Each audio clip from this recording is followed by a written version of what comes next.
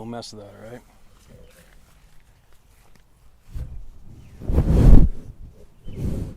Hey, you doing?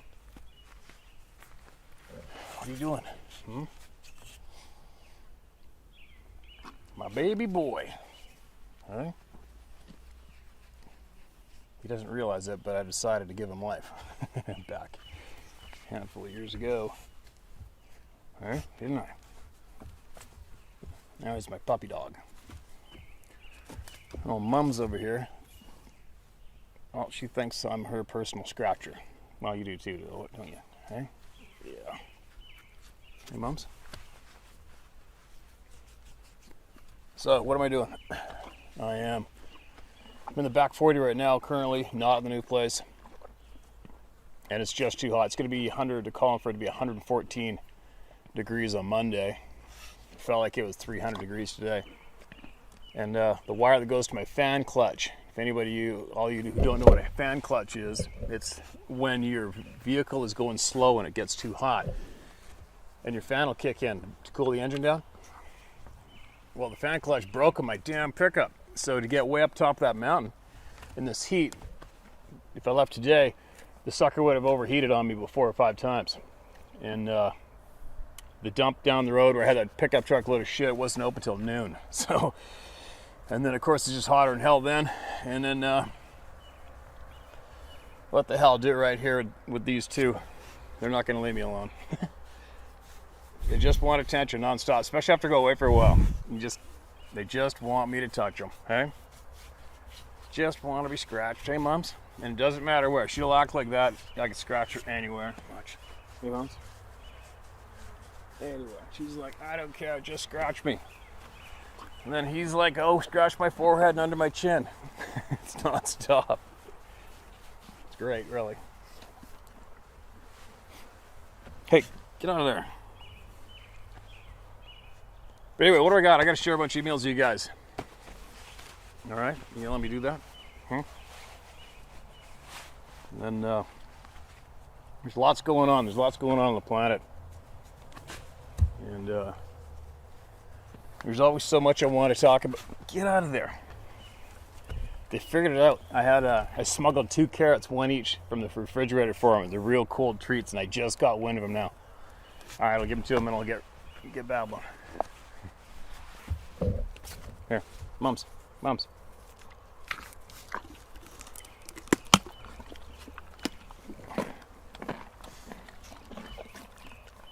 you go.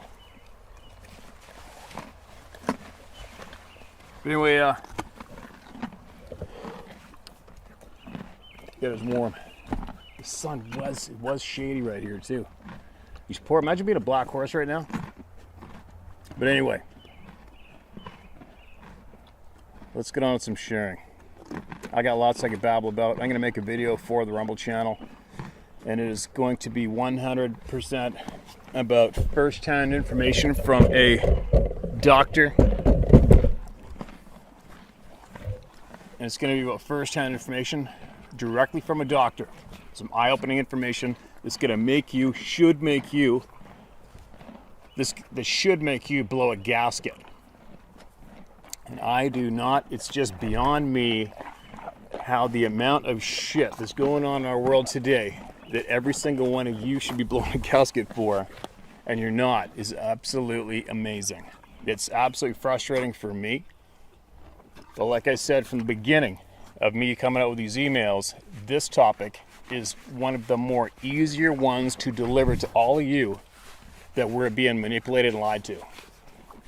So, for all you more impatient ones who seem to get a little upset when I go off on different topics, you better get caught up to speed and being intelligent, all right? Because when I say, that's not a carrot. Now he thinks the frickin' bug juice is a carrot in my pocket. So anyway, when you are presented with facts that absolutely prove that you're being lied to, your children are being raised in a lie, misled, manipulated, and you get angry at me for changing the topic from Sasquatch to those true facts, you got to get your head, you got to get yourself checked, all right? We need people who are going to stand up to this bullshit and stop it. I haven't a clue where the people are, man, because all I'm seeing is a lot of people going online, yeah, no kidding, yeah, no kidding, yeah, no kidding, yeah, I'm pissed off. And then they go back to Instagram or TikTok or watching whatever they watch, and nothing's happening, nothing's getting done. And maybe people bitch at me saying I'm not doing anything, but I'm reaching around 7 million people a month right now, and I'm trying to subtly but smoothly, consistently drop honest information to get you thinking for yourself and get you pissed off and get you digging, right? There's no carrot in there, right? This doctor shared direct facts. All right, I'll save that for the Rumble channel. I will make a video for the Rumble channel. You can go there and listen to what I've learned and I believe to be 100% true, because I was shared these facts from the source. I looked into it myself. I looked into it to numerous individuals who are professionals in that topic, and I looked to them for the answers. I didn't look on social media. I didn't look on YouTube. I didn't look anywhere online. All right, online is owned probably from the devil, as far as I'm concerned. But that's what I do, and that's what I've been encouraging all you to do. Think for yourself. Look into everything that affects you or your family's lives. You look into it yourself. You get the answers from the people who know, the professionals with the knowledge. You get your answers from them. And that's what I do. And I've got the answers. And I'm going to share them on the Rumble channel so that we don't lose this reach to 7 million people an average month here. All right? Anyway. Before I get going, because this is going to really make me angry and frustrated, so I better get some emails shared right now with you guys while I'm here. These guys... Oh, Mom, she's not going to stop. She's not going to stop rubbing on me. She just wants me to touch her. Okay? I've been away for a week or what I was away for, 8 days or something. Okay? All right, let me share these emails. Okay, Moms? All right? Tons and tons and tons are coming in. I'm sure she thinks I'm talking to her. This time I'll have paragraphs. This is a story about my first encounter and getting the fear. Morning, Steve. I hope you enjoyed the email about my grandmother's story. This happened when I was 11 years old. It was my nephew, my first cousin, and I. We were just being kids on the coast of Washington, playing in the woods on a well-worn trail that connected my mom's place to an old school. It was about a third of a mile long. We decided that day to go back farther into the woods than we usually go. So we started trekking around, and ended up in this huge field behind the old school. We agreed on walking back to the field where it met an older patch. Once we reached the older patch, we decided to keep going back farther in the timber. A decision we would regret. Once again, we were trailblazing, just attempting to go back as far as we could, which ended up being probably 300, 400 yards back behind the older patch. We were walking, just breaking sticks and bullshitting away, when we ran into a huge wall of sticker bushes and started to make the attempt to get around them and keep going. When we found a big opening, we all kind of peeked inside, and all at the same time we walked in and we were amazed. We thought that we just found our new fort. These sticker bushes opened up into a huge dome shape, and the floor was clean for being in the middle of the woods. The first thing I noticed is that there was moss stuck to every square inch of the dome made out of stickers. Oh, you can hear a jet boat in the background. That's not going to go away anytime soon. The excitement of our new fort was very short-lived, because as soon as we were excited about finding it and got to look around for a split second, we all looked at each other, and without saying one word, we all bolted for the opening and started running the way we came in. My cousin and I were 6 years older than my nephew, so he was 5 and was hanging back a bit when we bolted, so I slowed down, grabbed his hand, and ran as hard as I could all the way back home, basically dragging him behind me. We were all completely struck with fear, and noticed when we were halfway home, we were all crying because we were so scared. We did not see anything, smell anything, or hear anything. It just hit us like a ton of bricks, and we bailed. The story doesn't end there. I ended up heading back to my dad's house about 40 miles away, and my nephew also went home that morning. My cousin lived with my mom, and the next day, once it turned dark, had the worst night of his life. He was laying on the couch watching TV and got the same feeling we got back in the Stickerbush Dome. My mother and stepdad were out grocery shopping, and back then it wasn't uncommon for an 11-year-old boy to be left at home for a few hours even after dark. But after getting the fear again, he started to look around, and then he heard a bang on the side of the window of the living room, which is about a 4-foot by 4-foot window that is about 7 feet off the sidewalk that ran up the side of the house. He did not want to look, so it banged again, and he finally got the courage to look, and there was nothing there. Then he heard walking up the steps onto the wraparound deck that was in front of the house, where there were 3 huge windows with no blinds. My mom's house looked over the ocean, but the middle window was probably 7 to 8 feet tall and 5 feet wide, and the windows on either side were just a bit smaller. But he heard it making its way up to the windows on the deck. My cousin could hear my mom's husky going crazy outside, then bang, bang, bang on the window in the front. My cousin looked, and he was staring directly at the Sasquatch whose house we stumbled upon the day before, and he was pissed. He continued to snort and bang on the windows, staring at my cousin, who was completely frozen with fear, being 11 years old and letting out this super ugly laugh, and was talking in a language that sounded like an old native language. My cousin was able to make it to the phone. Make it to the phone, and he called my dad. We were just sitting down to eat dinner. I heard my dad saying, "Calm down, I can't understand you." And then he put it on speakerphone, and me and my sister hear bang, bang, bang in the window. And we can hear my mom's dog going crazy. And then we heard that laugh. It was the most ugly sounding, creepy, evil effing laugh ever. And my dad started asking what is going on. My cousin replied that there was a really big, ugly man with a really long red hair and a big red beard banging on the windows and yelling at him. Meanwhile, we can hear everything in the background. My dad tells my cousin to go get in my mom's room and grab one of the rifles and stay in there. This is back when there were only landlines, so we couldn't call my mom or anyone. So my dad tells him to lock the door and that he would call the cops. My cousin did not want to get off the phone. My cousin did not want to get off the phone. We could still hear the damn thing laughing and banging on the house. My dad ended up having to hang up on my cousin and call the cops. They ended up showing up about 10 minutes later. It continued until the cops started up the driveway and everything just stopped. It was gone. The cops seen nothing and looked around for shoe prints or handprints and found nothing. My dad reassured them that we could hear everything over the phone, so they looked all over the place. My cousin told them that when he was at the front windows, he was ducking a little to look in the windows, and I think that scared the cops from looking anymore, but they stayed until my mom and stepdad came home. Holy shit. When my mom called my dad and was talking to him about what was going on, me and my sister could hear them mentioning that it could have been a Sasquatch, so my mom called my grandmother, the same one from my first email. She came the next morning and prayed over my cousin with my 2 aunts for about an hour, and it took all 3 of their strength to get rid of whatever it left with my cousin. Okay, get out of here.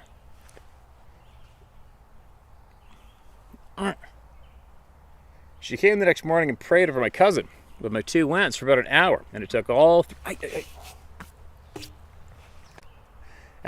3 of their strength to get rid of whatever it left my cousin. I personally wasn't there, but my sister was, and she told me that Grandma was puking and shaking and turning pale while trying to get this evil shit away from my cousin. Wow.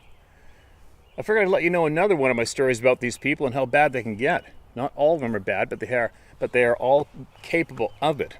I've figured out exactly what they are, how they work. My grandmother said to me that they have been here way longer than us and that they are people. I'm trying to gather more and more info for you, Steve, and in the meantime, I'll send in my stories I have to let you know some of my experiences. It's only fair while I try to find out all I can about the subject. Thanks again, Steve. Hopefully you get to read this soon. Adrian. P.S. You're definitely on the right track, so don't give up. One of these days we'll figure out why the F we have lost all these senses and gifts these things have. Until next time. Adrian, that is one hell of a share. That is absolutely one hell of a share, man. I absolutely appreciate that so much.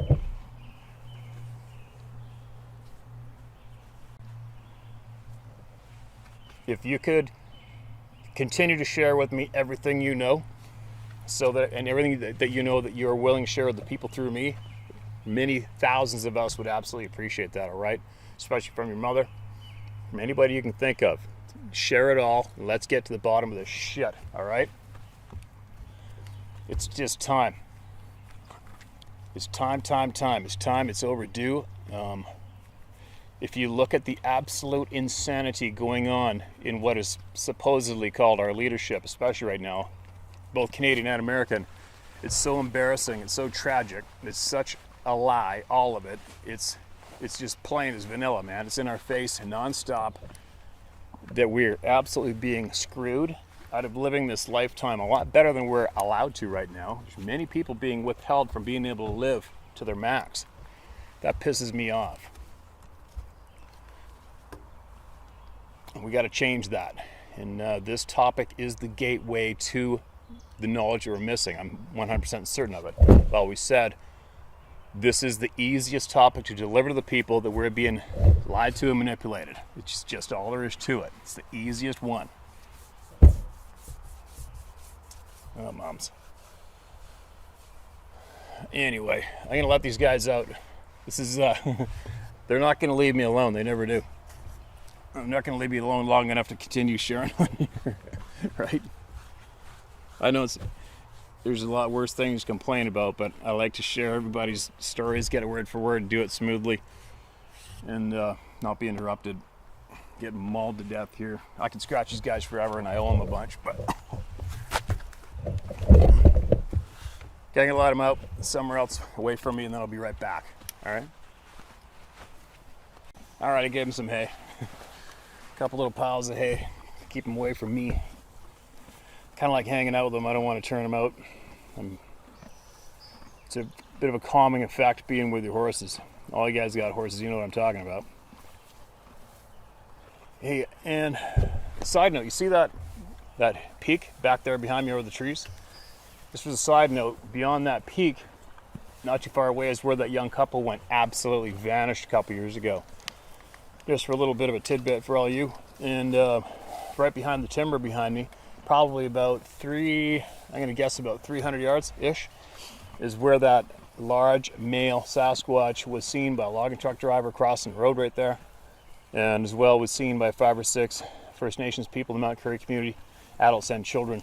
Broad daylight, just walked right across the road, full attitude, not giving a shit about anything. Either had a salmon in both hands or one hand. And then our young friend Carly, how's it going, buddy? And he lives right over here, and him and his cousin were floating down the river right over here, about 400 yards to my left, and they come around the corner, floating down trout fishing. There was a Sasquatch squatted over the river right there. Stood up, looked at him, and walked back in the timber. If I could have, if I had $2 for every Sasquatch story in this community alone, I'd be rich. I'll tell you what. It's everywhere all around me. Oh, and then last night about 1:30 in the morning, had the window wide open, bedroom window wide open, which faces this way, and up on the hill behind me, where and there's reported there's rocks being pelted at people walking along the train tracks back here behind me as well. 3 weeks ago now, I think. And last night at 1:30, just couldn't sleep last night, and 100% heard a loud wail come off the mountain behind me. You can't see it, this one right in the backyard. It's behind these trees.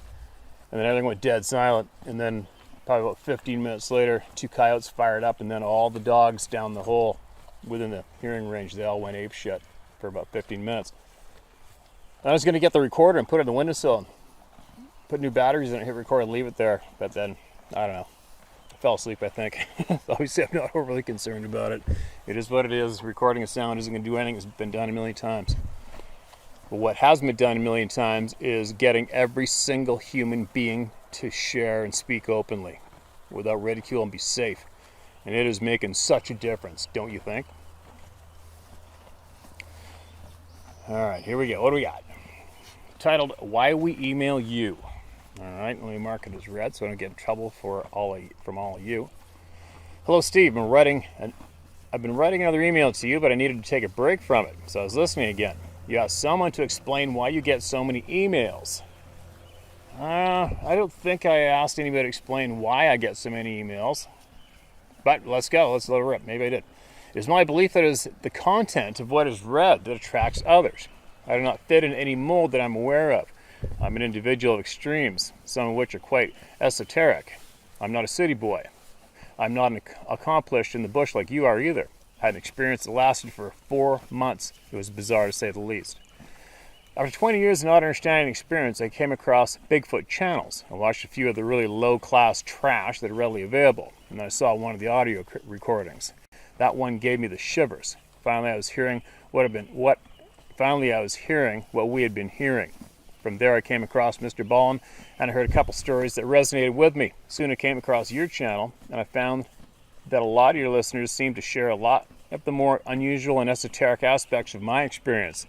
I thought that my story was so far out there that if I told the truth that everyone would assume that I was lying. What I found out was that I have not experienced much that has not been shared on your program.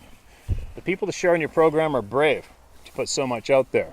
I wonder how many of them experienced as much or more than I have and held back because of concerns about judgment. It seems to me that the more people share, the more things become acceptable. This in turn causes a snowball effect. The stories that you share resonate as real, and that creates a foundation for exploration and learning. When I listen to you, I'm not a freak. That means something. I hear stories from the nuclear community, and I think, I used to work for Lawrence Livermore National Laboratory. I will hear a story about a sighting on a military base and think about things that happened at the bases that I was on. For instance, one night I was taken out to a guard post in the middle of nowhere. It probably was not so far away, but I did not know where I was, so it seemed so. I was in the back of a M151A2, like a Jeep. We made a couple of stops, and the sergeant of the guard gave instructions to the last few of us who were being posted. He gave instructions specifically as to how to respond to the sighting of illegals coming onto base. Then he said that he did not want to hear about anyone seeing any aboriginals. I was 18 and I did not have a clue what that meant, but I was afraid to ask. Someone else asked, and he said, big long-haired guys. I was Boot and other Marines liked to mess with us. I did not even figure out what was real. I assumed he was trying to scare us. Now I wonder. Anyway, you have stories from bases and stories from other Marines. I heard stories on Mr. Ballin that took place near my story and at about the same time. I live in New Hampshire now, and I hear stories from here. I keep hearing stories that I have in common. My point is that it is a lot easier to tell a story when so many others have already broken the ice, especially when it comes to the esoteric. Your channel is the place where mind speak is a fact, and that alone is enough. Sincerely, Jeffrey Snyder. Right on, Jeffrey. I am glad I found your email and shared that. I'm glad you took your time to email it to us. It's going to knee-jerk and pass on a lot of bravery. That's going to knee-jerk and share a lot of bravery and give a lot of bravery to people who need it right now, who want to come out and speak openly. And this is the place to do it. Like I said, I've said it a few times now, the cat's out of the bag. Tell you what, Highway 99 it's only about 300 yards that way. And it is busy right now. It's Friday after work. Tractors going by, logging trucks, 2 sirens, Harleys. I can't wait to move. Where I'm moving to is so peaceful, it's ridiculous. At the end of a rural gravel road, it's a big farm, and it is so peaceful, it is unbelievable. What do we got? 8 days to go or something? I've been working on trailer lights all this time in this heat. But anyway, let's get on some more shares. Jeffrey, thank you so much for sending that. Please email in more and share more with all of us. If you can, when you can. All right? It's so appreciated and much needed.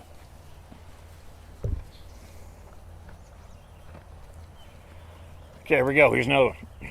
My experiences.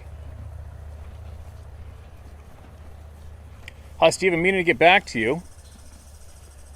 Since I sent the account of me taking a man and his family to Port Chatham. In my own experiences, I've had around a dozen of what I believe to be interactions with these beings. My first encounter when I was 11 years old. That one particular year, I heard them howl at night several times. We're living on a family farm in Arkansas. The next experience is when I was in my early 20s. After I got back from Vietnam, I just got my first divorce and was living with a friend and his father in Arkansas. We spent a lot of time in the woods, living in caves and just hunting and fishing. My experience there was in a cave. We were exploring a large cave system near Alpena, Arkansas, and we were about 2 to 3 hours into it, and I was in the lead. My flashlight was getting weak, and I sat and waited on my friend while he caught up. I kept hearing people talk. I could almost understand what they were saying. As my friend caught up, I asked him if he had heard that, and he said, "Who the hell could it be?" Just then they shut up. We were coming to a place where the cave opened up into a big room, 50 feet times, okay, it was just 0 feet high, so it must have been a 10. So say it's 50 feet by 10 feet high. We started smelling the most god-awful smell. It smelled like a cow. A lot was skunk piss mixed in. Then we heard some rocks clattering across the room. It sounded like several people. Thought maybe bears, but the smell wasn't right and they never growled. My light was too dim to see them. We decided to go to the right where these things had apparently came from, hoping to get a clue as to what or who they were. There was an area with potholes 4 to 5 feet deep that were connected underneath.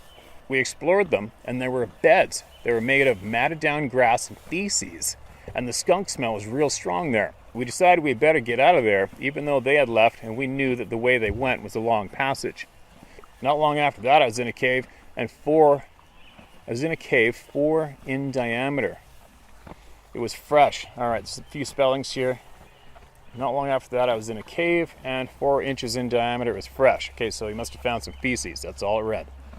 If a human could have made that, he had to have been mighty sore. Besides, this cave was very well hidden on our property, and I don't even know if my dad knew it was there. Needless to say, I didn't stick around there and never went back in. The only time I've seen one of these was in Idaho. I was at Baker Creek, close to Salmon, Idaho. I'd walked up one ridge to the crest of the beaver heads, and down to the next looking for shed, and down the next looking for shed elk antlers. In between the two is when I smelled it. It was the same smell I'd smelled in the cave some 10 years before. As I started down the ridge, I came to a perfect set of 7-point antlers that had been shed at the same time. Well, that's a good score. As I was picking them up, I heard a howl coming from where I'd just been. I thought it was my brother and a friend who were over on the next ridge. I howled back, then almost immediately I heard a scream. It was where the howl came from, about 150 yards behind me, the way I'd come. I screamed 3 times, and all I could tell, it was pissed. About that time, I looked down to where a truck was, and I saw my brother and friend standing there. I didn't run, but I got out of there as fast as I could. All I got was a glimpse of him in the shade of a small group of fir trees, and he looked like he was ranting and raving. Over the years since, I have heard sounds of several people talking, but not able to understand them. I've smelled them several times and had my name called twice, warning me of danger. One time a voice from somewhere behind me said, "Gary, stop now." I was picking mushrooms. It was foggy, and I looked up ahead and I could tell there was a bluff just ahead. When I left and drove around to the other side of the drainage, I could see where I was, and there was a huge overhang I'd been on with about a 300-foot drop. Wow, that's interesting. That happens quite often, you know, hearing that voice of warning and saving people from danger. I've spent most of my life between Arkansas, Montana, Idaho, Washington, Oregon, Alaska, and Northern California. And I'm back in Ketchikan, Alaska now, and I could care less if I see any hairy people. I'm not really afraid of them. They're probably less likely to harm me than a bear, but I've had more encounters with them that I care about. I'm 74 years old and more afraid of doctors than anything in the woods. Sorry this is so long, but maybe it'll help someone. I appreciate what you're doing and agree and sometimes get angry at the carpetbaggers making money off these things, whatever they are. Wow. Gary Beck, sir, I absolutely appreciate that share you just gave us, all right? Being in a cave with these things, that is basically your script for the worst nightmare movie you could ever think up. It's basically the setting for the worst nightmare any human being would ever want to be included in. It's a typical horror flick scene, right? Going into a cave and there's a hairy frickin' monster in there, or more than one, or whatever. No thank you. But thanks again, sir, for sharing that email. I appreciate it very much. And if you come across more information that you think that people can benefit from, then please email more in, all right? All right. Alabama experience. Alabama, one of my favorite states. Hello, I'm reaching out about 2 experiences I've had.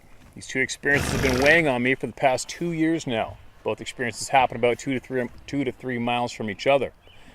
All this took place in the Talladega National Forest here in Alabama. First experience happened December 2019 on a solo backpacking trip with my dog. I hiked about 4 miles into the National Forest off of a trail that isn't used much in the winter. Set up camp, built a fire, and around 7 p.m. I heard 6 to 10 coyotes howling in the distance. I listened and carry on with putting wood on the fire. Around 20 minutes later, the coyotes were yipping all around me. That's weird, eh?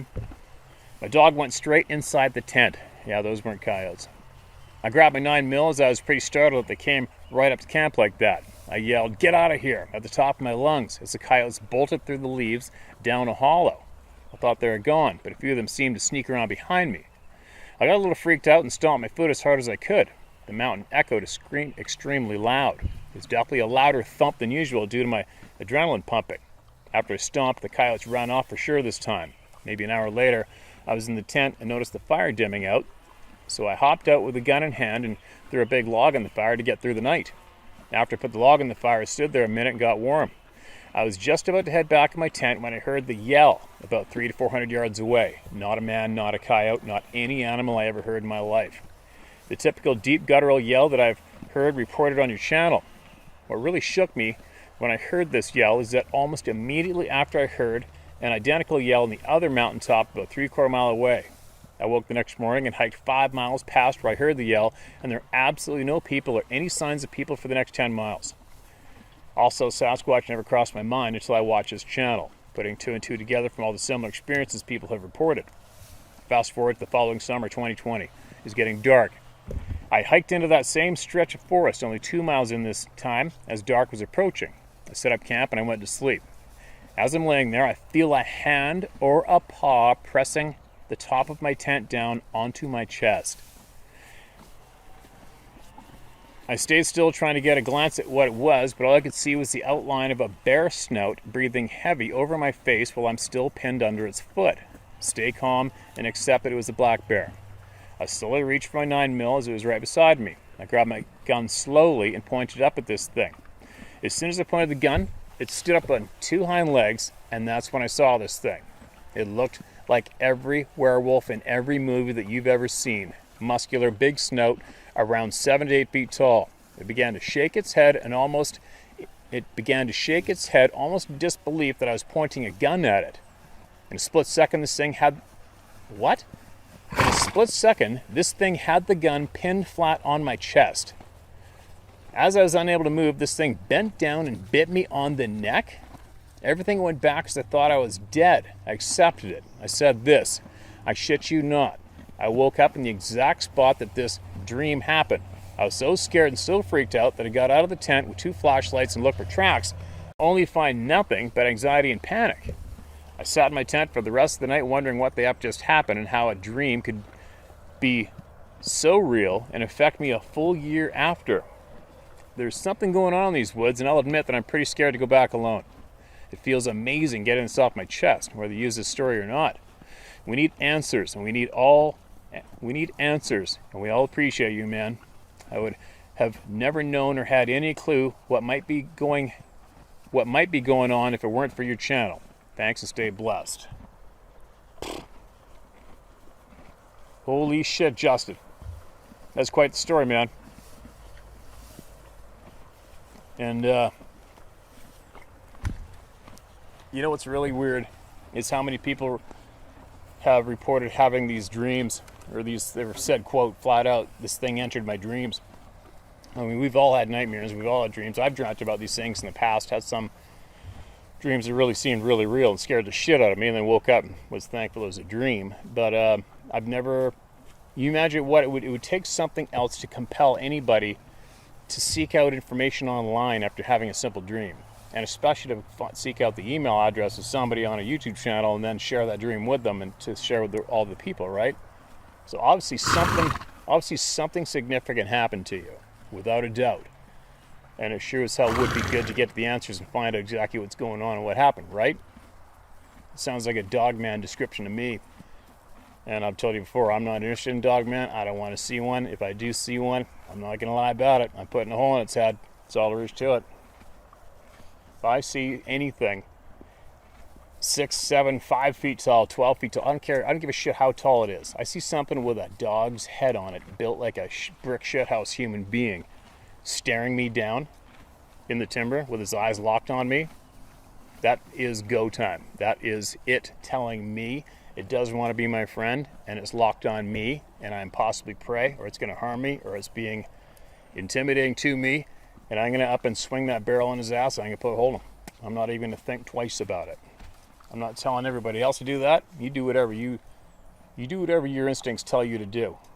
But I'll guarantee you my instincts are going to be to dump that thing and be concerned about preservation of life, my life, right? What a crazy, crazy share. But anyway, man, thanks for sending that in. Appreciate it. And if you got any more, share with us. And be careful out there, all right?